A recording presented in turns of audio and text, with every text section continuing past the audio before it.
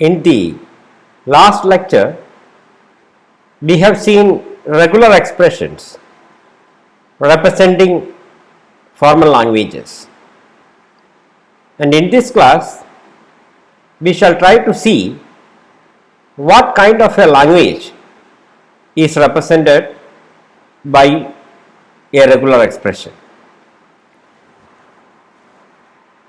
So this is the topic for today, the class of languages represented by regular expressions. So what kind of languages are represented by regular expressions? Regarding this, we can have a claim. The class of languages generated by the family of regular expressions is precisely the set of regular languages.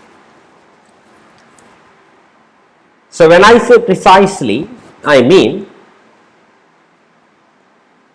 given a regular expression, we can prove that the language represented is a regular language, and also we can prove that for every regular language there exists a regular expression representing that language. So that is the claim. We need to have a proof, and we can have two subclaims proving it. Subclaim 1: the language represented by a regular expression is a regular language. So if you look at a regular expression, you can prove that the language represented is a regular language. Subclaim 2: any regular language can be generated or represented by a regular expression. S is not required. And now the proof of the claim follows from the proofs of subclaims 1 and 2. So it reminds us to prove subclaims 1 and 2. Look at subclaim 1. It says the language generated by a regular expression is a regular language. We are going to have a constructive proof like this. Given a regular expression R, one can construct an epsilon n of a AR such that the language of AR is same as the language of the regular expression R. Here the notation AR represents that A is an epsilon n of A induced by the regular expression R. So basically it says that given a regular expression, one can automatically construct an epsilon n of A recognizing the same language as that of the regular expression. Then because there exists an n of A, there exists a d of A also, that we already discussed, and hence we can conclude that for every regular expression there is an equivalent d of A, and hence the language represented by an arbitrary regular expression is a regular language. So we need to look at that construction, how one can do it. We can look at an inductive construction. Before that, let us recall this thing, that is n of A with a unique start state, which we already discussed in the lecture L10. Let us relook at the lemma once again. An N of A with multiple start states can be converted into an equivalent epsilon N of A with a unique start state. This is the example that we discussed. Here we have an N of A with two start states P and R. The statement of the lemma claims that it can be converted into an equivalent epsilon N of A with only a single start state, and this is what we discussed. Here what we did is we just added a new state and called it as the unique start state of the required epsilon N of A, and then we added epsilon transitions from that state to all the existing start states in the machine, and we removed the start state status of these two, and that is what we did. Now suppose we did that, now we can easily see that from the unique start state, without processing any input simple, you can reach either the state P or the state R. So that is like starting from P or R, and this is how you write it formally. Given an N of A with this structure, you are adding to the state set the new unique start state, and then what you do is to the transition set you are adding transition from the new unique start state to P on epsilon if P is a start state in the given machine. That is what we are saying. In a very similar way, we can have another lemma which says an N of A with multiple final states can be converted into an equivalent epsilon N of A with a unique final state. Example, here we are given with an N of A with two final states Q and T, both are final, and the statement of the lemma says that from such a machine it is possible to obtain an equivalent epsilon N of A which is having only a single final state. It is actually very easy to construct. What you do is you just add a new state and call it as the unique final state, and add epsilon transitions from all the final states of the given machine into this state. So suppose you come to Q in the original machine, then after that without consuming any simple you can reach into the unique final state. Same thing here as well. Okay, that is what we did. We have removed the final state status of these two and added a new state and called it as the unique final state. Formally, this is what we did, and you can write it as adding a single state F into the existing set of states and to the transitions from all the existing final state. If P is a final state in the existing machine, then you add a transition from P to the newly added unique final state for epsilon. So in this case, which are those final states P? Q and R, sorry, Q and T. So from both Q and T you are adding epsilon transitions reaching final state. So that's it. Now if you combine these two without loss of generality, you can easily claim that any regular language can be represented by an epsilon N of A with a single initial state and a single final state. So here our claim is that if you have a regular language, then there exists an epsilon N of A for that language which is having a single initial state and a single final state. And why I say without loss of generality is because suppose you give me an NFA with multiple initial states and multiple final states, we can automatically convert it into an equivalent epsilon NFA with only a single initial state and a single final state. So this is a valid claim, and I hope the meaning of without loss of generality is clear. Then we can try to have a generic representation, generic abstract representation of an epsilon NFA for a regular language.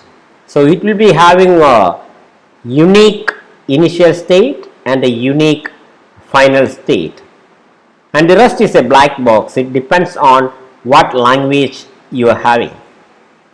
So this is what we have now. If a language is regular, then there exists an epsilon NFA with a single start state and a single final state. And now we have enough tools with us for obtaining epsilon NFA from an arbitrary regular expression. And for that, first revisit the formal definition of regular expressions that we did in the previous lecture. And if you recall, we discussed about an inductive definition.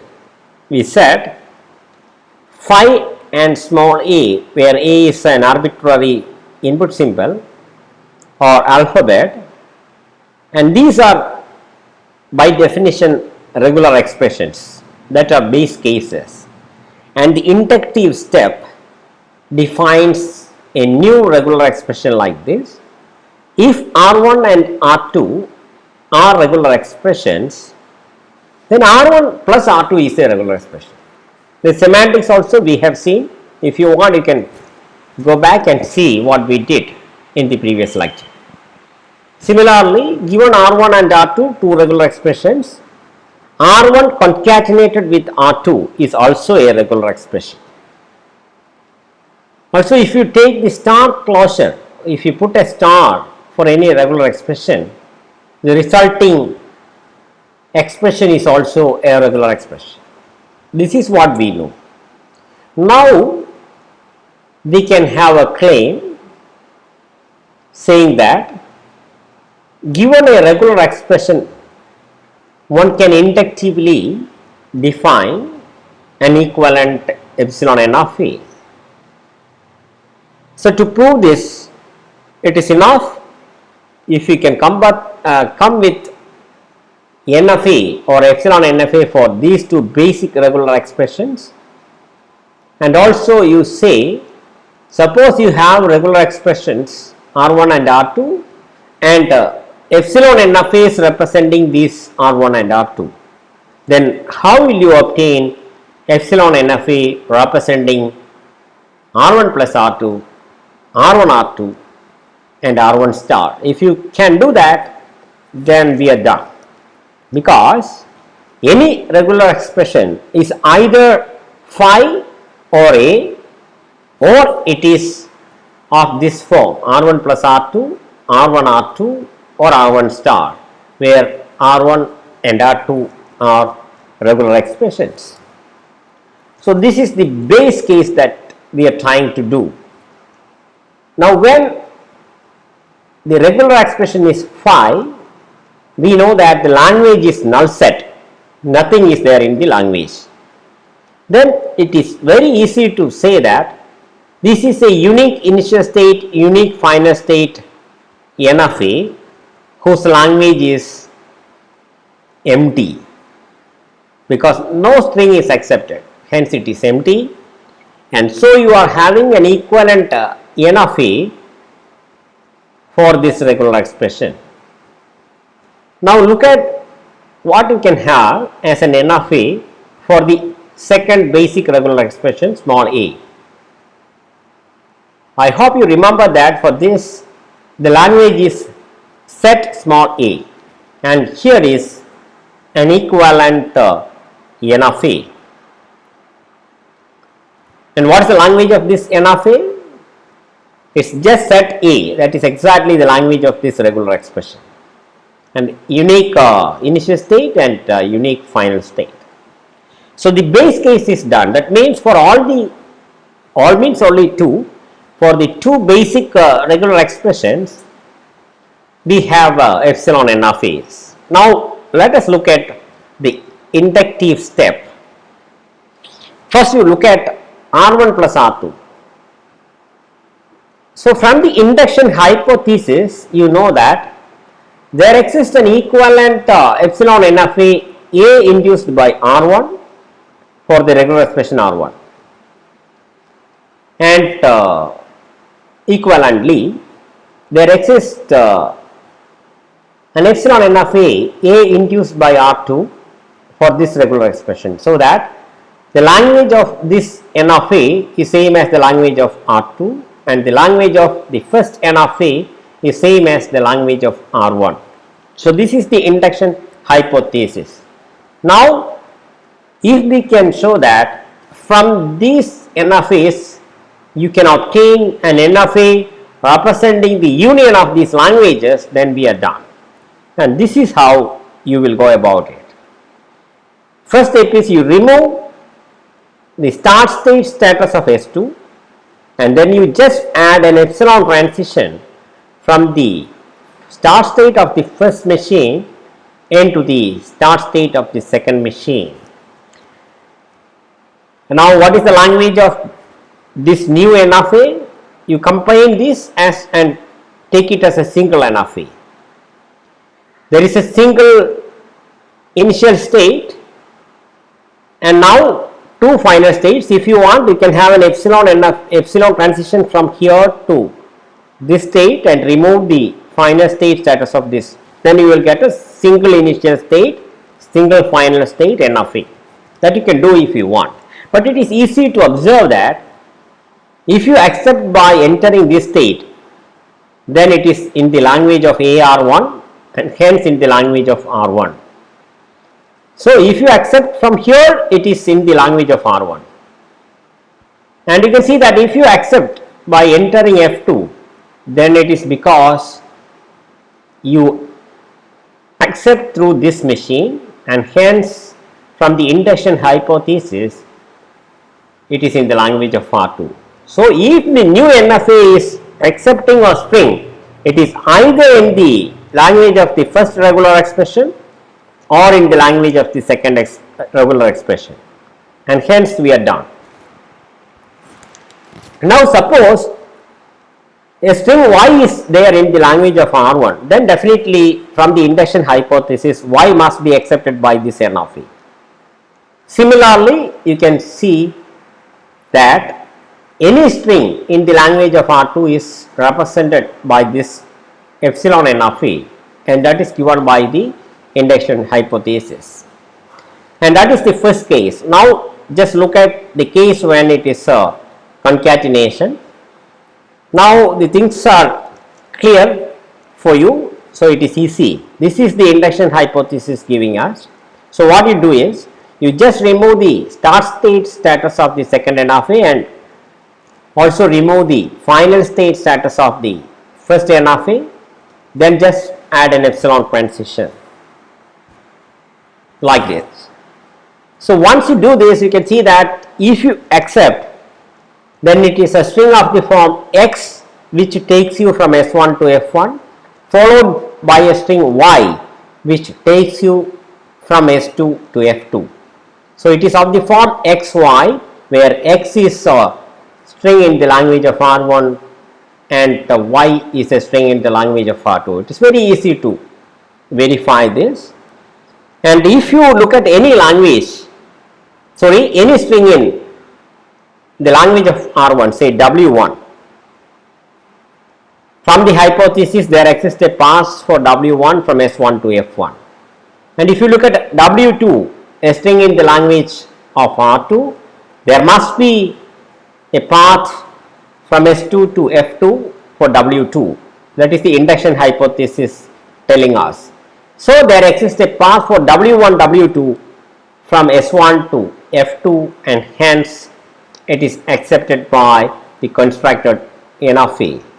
And this completes the correctness proof for this construction. Let us move on to the last case of the induction step, when you have R1 star as the regular expression.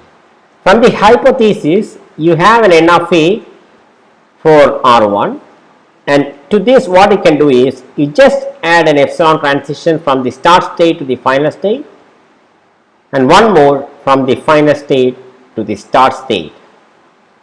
So this will let you accept L to the power 0 if L is the language of R1, and L can be accepted through this. L square, if you do this twice by taking this transition once, then you will get L square. Similarly, you can go for L to the power k, where k is any natural number, and this completes the construction.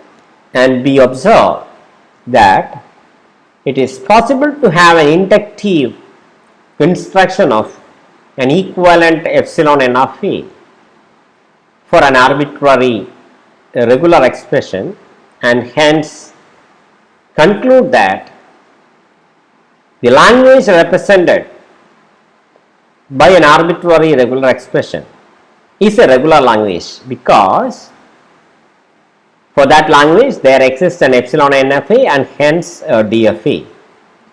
With this, we are coming to the last part of this lecture, and I am giving you a practice question for you to practice and understand how the construction works. So this is the regular expression given to you. From the rule for the base case, you can have regular expressions, N of A's for all these basic regular expressions, 1, 2, 3, 4, 5. Then you look at this regular expression, you apply the technique that we discussed for this rule R1 plus R2, then you will get a regular expression for this. Then maybe you look at this sub expression, you apply the induction step technique, and you will obtain a regular, an epsilon N of A for this as well. Then maybe you look at this regular expression, you already have an epsilon N of A for A plus B. Then the last technique will let you construct a regular expression for this. Then the second last step, now you have an epsilon N of A for this. Blue means you have an epsilon N of A for this as well. Then you combine using the rule for concatenation, the construction rule, you will get an epsilon N of A for this. And at last, you can have that rule applied again to obtain the final epsilon N of A for the given regular expression. With this, we are finishing this lecture, and today we have seen an inductive procedure for obtaining an equivalent epsilon N of A for a given regular expression, and hence we proved that the language represented by an arbitrary regular expression is a regular language, since for every regular expression there exists an equivalent epsilon N of A, and hence we know that there exists an equivalent D of A. In the next lecture, we shall try to prove the other direction. Given an epsilon N of A, how can one construct or get an equivalent regular expression? And that is the topic that we shall discuss in the next class. Thank you.